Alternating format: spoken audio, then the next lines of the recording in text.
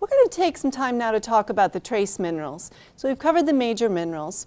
Keep in mind that the difference between the major and these trace minerals is just the amount that's in your body. When we look at the trace minerals, we have some different recommendations. So we have 9 of these trace minerals that we've identified that humans need, and there are RDAs, or recommended daily intakes, or dietary intakes. Then we also have ultra trace minerals. And certainly you've never heard a recommendation to seek out arsenic. We don't want people to do that. These are all achieved just through normal intake. So if you're just eating foods, have a standard diet, you're going to meet any need you have for these ultra trace minerals. Let's start with a conversation about iodine. And the main interest we have in iodine is really because it's important for the production of something called thyroxine. And this is a chemical that's produced by your thyroid gland. And if you haven't taken an A&P or had an anatomy class, your thyroid gland is a small butterfly-shaped gland that resides in your neck. And what the job really is of this gland is to help to regulate and normalize metabolic rate or function. So as we age, a lot of times people will say, well, my thyroid is getting a little sluggish, and maybe that person finds it hard to lose weight, or maybe they're gaining weight. And this is a problem that is not really related to iodine. It's part of the normal aging process, although it can still go wrong in people sometimes, and they have to be on medications. So when we look at iodine, the primary source in the US is going to be iodized salt. We fortify salt with iodine. It doesn't naturally occur there. But there are some natural sources that we can consider. For instance, iodine is found in seafoods or in any kinds of products from the sea. That could be something like seaweed. You can also find it in agricultural crops that are grown on soil that's particularly rich in iodine.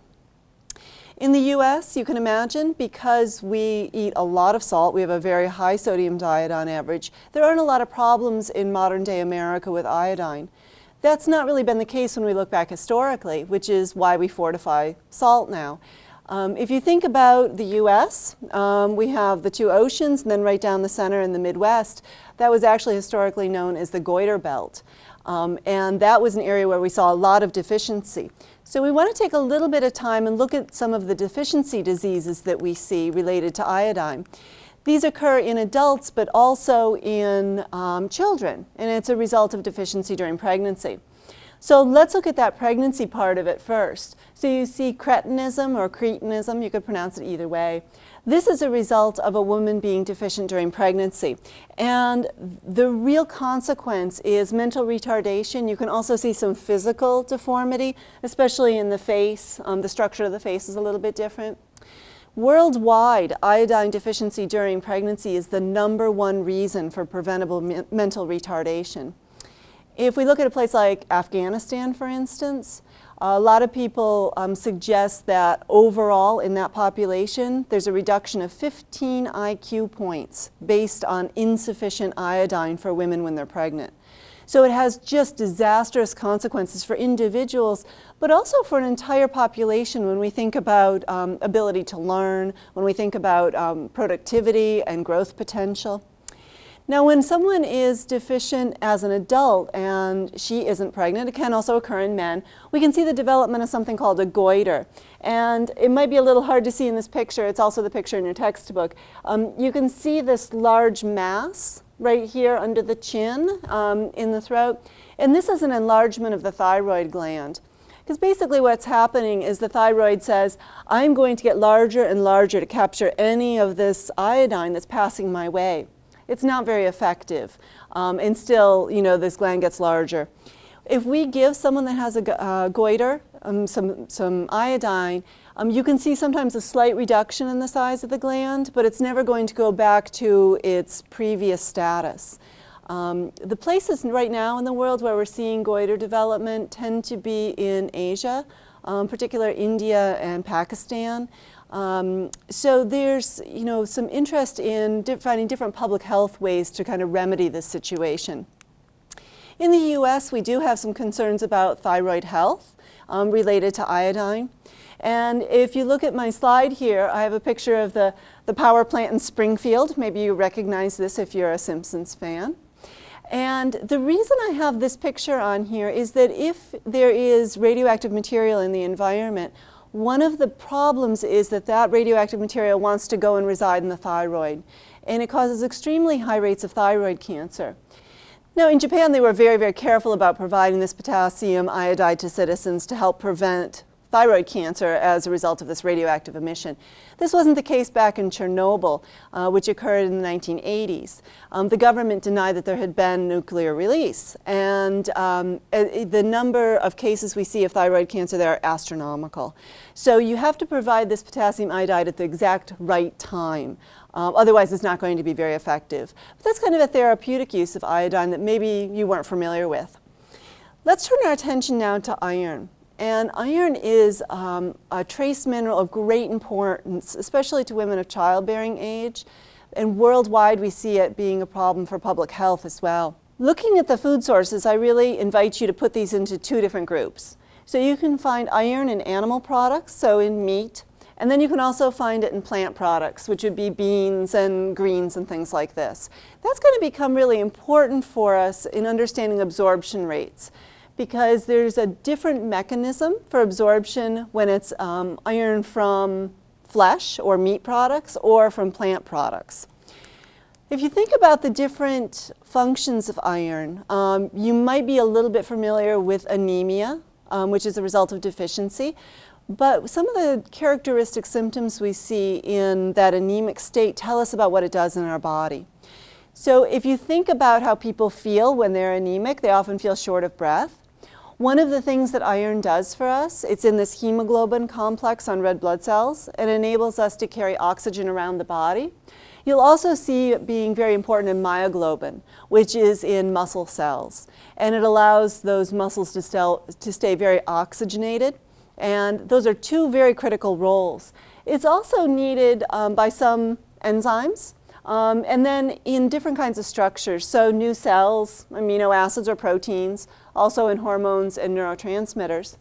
Now these two right here should kind of give you a hint about its importance during pregnancy. We have increased iron needs during pregnancy, and it's critical women of childbearing age make sure that they have good iron status, and especially when they're pregnant. I mentioned anemia, and if you think back to our conversation about vitamins, anemia can result from B6 or B12 or folate deficiency. Sometimes you can see it as a consequence also for vitamin A or vitamin E deficiency. Most often though, when we look at anemia, it's the result of iron deficiency. And you can be low in iron or be iron deficient without being anemic. But usually when we see anemia, it has to do with iron status, and there are several different symptoms. So we have a nice list here. Now, these are symptoms that people may experience several of them, all of them. There can be a little bit of fluctuation there. There are a couple here that are really important when we start looking at specific populations. So you think about children, lowered IQ. They need that iron when they're growing and developing, and it's really important that they have enough when they're learning and in school. And this is part of the reason that we fortify a lot of foods in the U.S. with iron, to make sure that kids are getting enough of this. We also want to take a look at women's risk. So I mentioned that children are at increased risk, and then also pregnant women. But women in general, even in a non-pregnant state, need to have more iron than men. It starts at the age of menarche, so when a young girl gets her first period, maybe around 12 or 13. We see that her RDA for iron goes from 8 milligrams up to 18. And that's really within, a couple of weeks that she has this increased need. And that's a really particularly vulnerable time, because very often we don't see young girls changing their diet. So that increased need for 18 milligrams is going to go up until menopause. So we really, really are encouraging women to make sure they're getting enough iron in their diet just naturally. We also have some other groups that we're interested in. Anyone who might be fighting some kind of an illness or has had surgery or has experienced blood loss where they're losing red blood cells, we're concerned that their iron status could also be low. And iron deficiency is a very, very common situation globally. So I have the statistic that 1.2 billion people worldwide are iron deficient, or they have subclinical deficiency, which might mean that they haven't been diagnosed or it's below what we would consider frank or clinical iron deficiency. This happens for a lot of different reasons. It very often is about blood loss. It could be from a parasite, it could be from an ulcer or some kind of a bleeding sore, and it could be also from poor diet. That's a very, very real consequence. In the U.S., thankfully, we aren't anywhere near that kind of deficiency. On average, it's about 10%, which is still very, very concerning. We have made tremendous inroads in that number. It had been much higher. One of the ways that we did that, I mentioned fortified foods, but especially with low-income populations, we use the WIC program, Women, Infants, and Children. And the foods that are supplied in that program are iron-fortified cereals or iron-fortified formulas for women who aren't breastfeeding. And that has made a tremendous difference in those populations. Now, there is potential for us to have too much iron. And so we talk about this iron overload condition as hemochromatosis or hyperhemochromatosis. And what's happening here is that the person's body has too much iron, and it's very, very difficult to get rid of that extra iron once it's in the body. One of the best ways to do this historically has been through blood donation. So if people lose some of that blood, they're also losing the iron. Because normally the red blood cell lasts between 90 and 120 days. And as that red blood cell is breaking down, the iron in that cell is being recycled. So we're able to kind of reuse it. So if the person has a blood donation, they're actually going to be able to get rid of some of that iron that normally they would hold on to. I should also mention one of the other concerns we have about iron toxicity or overload is with supplements. And this is a very, very real danger for children. And you know, I have a lot of concern when we start giving children vitamins, especially when they're in fun shapes, bright colors, and they taste good, because children aren't savvy enough to know that it's really a medication and not candy. So I really encourage parents, you know, to store them very carefully and not to tell the child it's candy, because it can make that product even more attractive. And if that child takes too much, it can be a very, very serious health situation. Okay, we have within our population in the U.S. a couple of special interest groups, so to speak, and vegetarians in particular would be in this category. Now, a vegetarian diet does not have to be low in iron, and it isn't considered low in iron when it's well planned. We do have people that may not understand how to have a healthy vegetarian diet, and because of that, they may not be using iron-rich foods appropriately, so we need to have a little discussion about that as well. So we're going to look at those two forms of iron that I mentioned. So early on when we looked at food sources, I said we have animal sources and then we have plant sources. And this is really important for how our body absorbs them. So when we look at those animal sources, we call this heme iron. And the way to kind of remember this is if it bleeds, it has heme, it has blood. Okay? So we have that form of iron, and it's very, very well absorbed by your body.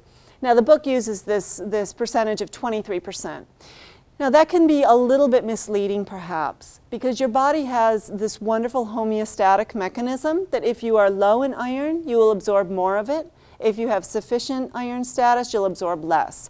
So this 23% really has some fluctuation to it. That's our heme iron story. Okay, very easily absorbed for the most part.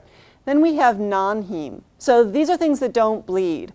You know, if I cut into a nice stalk of broccoli, it's not going to bleed. This has non-heme iron. And the absorption rate of this is much, much lower. Here you see this 2% figure. And again, I provide a little bit of caution with that, because if you need more iron, you're going to absorb it at a slightly higher rate than 2%. But on average, these numbers should indicate to you that we're going to absorb that non-heme or plant iron at a much, much lower rate. Your body is not nearly as efficient with that. As a result of that, we actually need to have more non-heme iron in our diet if that's what we're going to rely on. So if you have a non-heme iron source in your diet and you're not eating meats, you need to take your RDA and multiply it by 1.8 to get your new RDA of non-heme iron.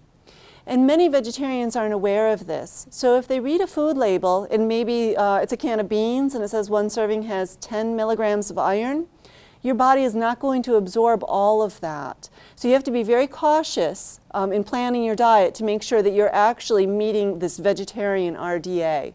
Okay? There are some things we can do to boost our absorption of iron, and they're very easy to do. So you can see here I've got a bowl of chili up there. And there are a couple of things operating in that bowl of chili. There are beans in there and there's meat. So I have two different sources of iron. I have heme and non-heme. I'm going to be able to absorb that non-heme iron at a much higher rate in the presence of meat. And this can be particularly important if you think about my recommendations to use meat as a condiment.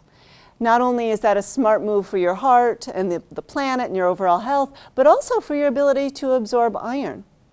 The other thing about that bowl of chili is that it's made with some tomatoes, and tomatoes have vitamin C. When you have vitamin C with an iron-containing meal, you're going to be able to triple your absorption of the non-heme iron, and that's critical. For a vegetarian, it can be as simple as squeezing some lime juice on a meal, on some salsa that has black beans in it or some other kind of legume. It's a great, very, very easy thing to do. Now I also have here on this slide, I have a picture of a cast iron pan. And that's kind of grandmother wisdom. It's something I've always really loved, that we can also get iron in this other form. We call it ferrous iron or elemental iron. And if I cook an acidic food in that frying pan, maybe I even put my chili in there, I'm going to leach a little bit of that iron into the food. And this is a particularly good way for us to actually increase iron status. And so I'll just give you a couple statistics on this. If I were to simmer some spaghetti sauce with tomatoes in it in a glass dish, and maybe you don't use glass dishes, but maybe you're using stainless steel, for instance, you're going to have about 3 milligrams of iron in that spaghetti sauce. But if I did it in a skillet, a cast iron skillet, 87 milligrams.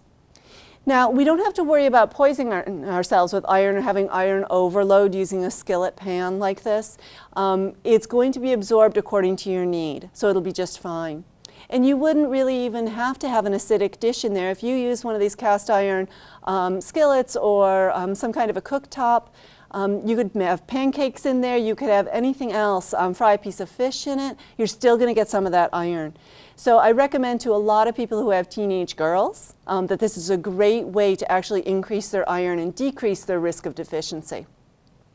Let's move on to another divalent metal. So this one is zinc, and you've probably heard about zinc, especially in relation to the common cold. A lot of people take zinc lozenges, and we'll talk about why that might be a good or a bad situation. Now, the food sources of zinc are very similar to the ones that we see for iron. Some exceptions would be yogurt. Generally speaking, foods that are rich in calcium are very low in iron and other kinds of metals, but yogurt is actually a good source of zinc, so that's a little bit of a shift. And then we can see fortified cereals, so these ready-to-eat cereals that kids might choose through the WIC program or just at the supermarket, and also meats. So in general, meats are a very, very good source of zinc. And zinc has a lot of different roles in the body. And so what I've done is I've gone through all the different roles that you might see or talk about, and I've categorized them and highlighted a few that I want to talk about. So you can see the ones that are a little bit bold, gene expression and protein synthesis. This should give you a little tip-off that zinc is very, very important during pregnancy when we are growing this whole nother human. Okay, that fetal development is a time when we need to have enough zinc. Also immune function, and this is part of the reason that someone might take a zinc lozenge when they have a sore throat or they have a little bit of a cold. It's important for wound healing. Also, I've mentioned growth and development in children. A couple that I'll talk about that I haven't bolded, I have sperm production up here. So in men, zinc is very important for fertility, but also in women. So normal reproduction and fertility tends to be a little bit enhanced as long as someone has enough zinc. Also taste perception. Some studies have shown that women who are zinc deficient and you actually give them a zinc-containing food, to them it tastes horrible. And this is kind of a weird twist of nature. You would think that if you're deficient in zinc, those foods might taste good to you, to encourage you to eat them. But your taste is thrown off a little bit when you're low in zinc. So it's just kind of a little interesting trivia for you about this. Now, when we see deficiency, you're going to see some of those functions of zinc kind of co-opted in some way. So you see that there's problems with immunity, and then I also mentioned that abnormal taste, which can further the deficiency sometimes. And it's also related a little bit to night blindness, which we talked about vitamin A being a big player. Iron and zinc also have a role to play in that. Now, when there's too little zinc, one of the things that we see in some populations is diminished growth in children. And your book talks about a particular case in the Middle East, in Egypt. And the reason that this occurs in this population is because they're using unleavened breads, so these don't contain yeast.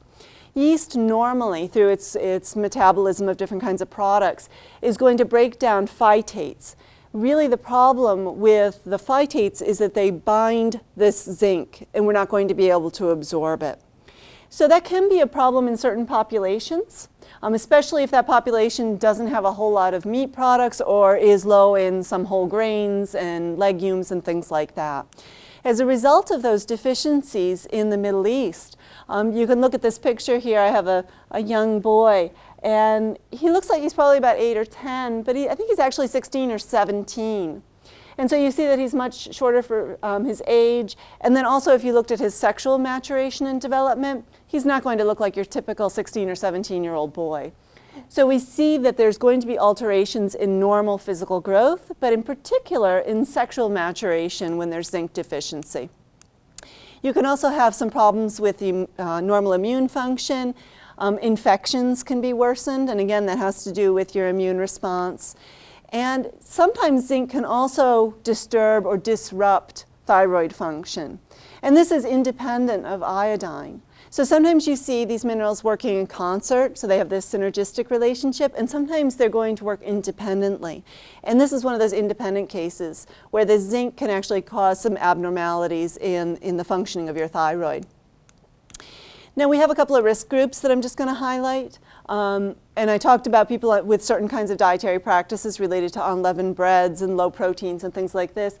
But we also are concerned about pregnant women and young children, the elderly. And this can be for several reasons with aging adults. In particular, that they tend to have kind of a dampened immune response. Maybe that they're a little bit more susceptible to catching every little common cold or things like this. So we want to make sure that they're getting enough zinc. And then people that are considered low income or maybe in developing countries, poorer populations, because they can't afford the foods that are rich in zinc, those meats and different kinds of protein sources. You can also have too much zinc. So as much as those zinc lozenges make your throat feel better, you want to be careful not to overuse them. And they tend to taste kind of good and they make you feel better, so we use them for several days beyond what's recommended. You want to be pretty careful with that, because when we get into a situation where there's too much zinc, we can actually block the absorption of other metals. I mentioned that we had iron and zinc and that they were what we call divalent metals. We can also see that with copper. Copper kind of falls into this classification. And what happens is there's too much zinc in the system and it doesn't allow that iron and these other metals to be absorbed in appropriate amounts. So you're going to see some kind of fluctuation in normal levels of these metals. Now, I also said that zinc and iron tend to be found in the same foods. And that can be somewhat helpful to people, especially if you're eating a vegetarian diet. Again, vegetarian diets don't have to be low in these metals, but we see that for folks who are kind of having an unplanned or poorly planned vegetarian diet, that's a consequence. So it's about making strategic choices in the diet. You can also use a lot of fortified foods. When you look at a lot of soy proteins now, they're actually adding a lot of these minerals to them. Things like soy milk, and then also ready-to-eat cereals can be a good source as well. Let's turn our attention to selenium now. And this is a little bit different when we look at our minerals, because this is an antioxidant mineral, which is really nice because we have two of these. We have zinc, it acts as an antioxidant, and then we have selenium. And the role here really is the same as our antioxidant vitamins. So we talked about A, C, and E. So the job of an antioxidant is to disable those free radicals that would cause cellular damage. We also see a role for selenium in activating thyroid hormone. So it's going to help to maintain normal metabolic rate and functioning. There are lots of different sources of selenium. We don't really have to worry about it too much in our diet. Shellfish and meats are very good sources. Also, Brazil nuts are a good source. About 1/3 of a cup is a serving, and you can have that a few times a week, and that's a good choice. You could also find it in different kinds of agricultural products that are grown on selenium-rich soil. So that can be grains, that can be vegetables, and even fruits. It naturally makes its way into those. In terms of toxicity, we can see toxicity with long-term supplementation. Sometimes people hear that some of these antioxidants are good for them, and so they take supplements, and they tend to take these supplements in higher doses than are recommended. So if you look at our upper tolerable limit, we see that it's set at 400 micrograms. This is a very, very small amount. We're looking at just a tiny, tiny bit. So outside of this, RDA and this upper limit is not recommended. It won't make you healthier. It could actually start to cause some problems. Let's look at fluoride. Now, fluoride is a little bit different because we've talked about these essential minerals. When we look at fluoride, it's not considered essential. It's considered to be a healthful choice, but it's not something that's absolutely required for normal human functioning. You've probably heard about fluoride quite a bit. We use it in toothpaste and things like this. So its primary role is to help prevent cavities, or dental caries, we call them. And there are different kinds of sources that we might use. So fluoridated drinking water is probably the #1 source. And we see about 65% of the population has access to fluoridated water. Not in every location is this going to be available. And certainly we see this trend for increased use of bottled water. And bottled water, by and large, probably 99% of it, does not contain fluoride.